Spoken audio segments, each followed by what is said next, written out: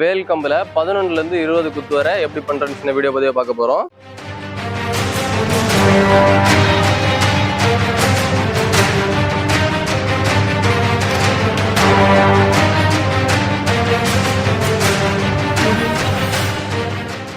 அனைவருக்கும் வணக்கம். லெமுரியா தர்கா பயிற்சி பிளந்திருச்சான். நம்ம இப்போ வேல் கம்புல 11 ல இருந்து 20 குத்து வரை எப்படி பண்றேன்னு சின்ன வீடியோ பதிவா பார்க்க போறோம்.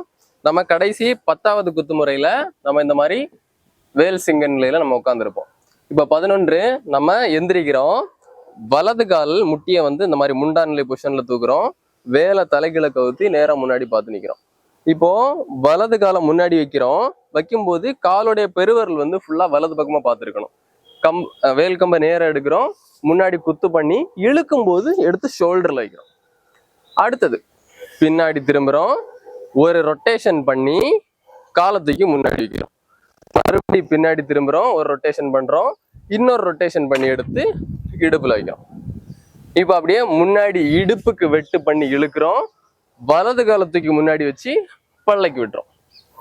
இப்ப அடுத்தது இடது கை வச்சு கழுத்துக்கு வீசுறோம். வலது காலை தூக்கி உச்சி கடிச்சு மறுபடி வலது கை வச்சு உச்சி கடிக்கிறோம். பின்னாடி திரும்பி உட்காடுறோம். காலை தூக்கி பேக்ல வைக்கிறோம். குத்து பண்ணி பறவை நிலை போஸ், நம்ம இடது கை அமர்த்து பண்ற போஸ்ல நம்ம கை மேல இருக்கணும். முன்னாடி திரும்புறோம். வலது கை எடுத்து ஷோல்டர்ல வைக்கிறோம். வலது கை இருக்கிற இடத்துல இடது கையை மாத்தி பிடிக்கிறோம். கம்புக்கும் கைக்கும் நடுவில் நம்ம வலது கையை உள்ள வச்சு கம்பை தள்ளி எடுத்து ஓய்வு நிலை பொசிஷன் கொண்டு வரோம்.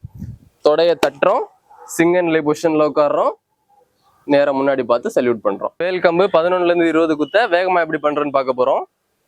10வது குத்துல இருந்து ஆரம்பிக்கிறோம். ஸ்டார்ட் பண்றோம்.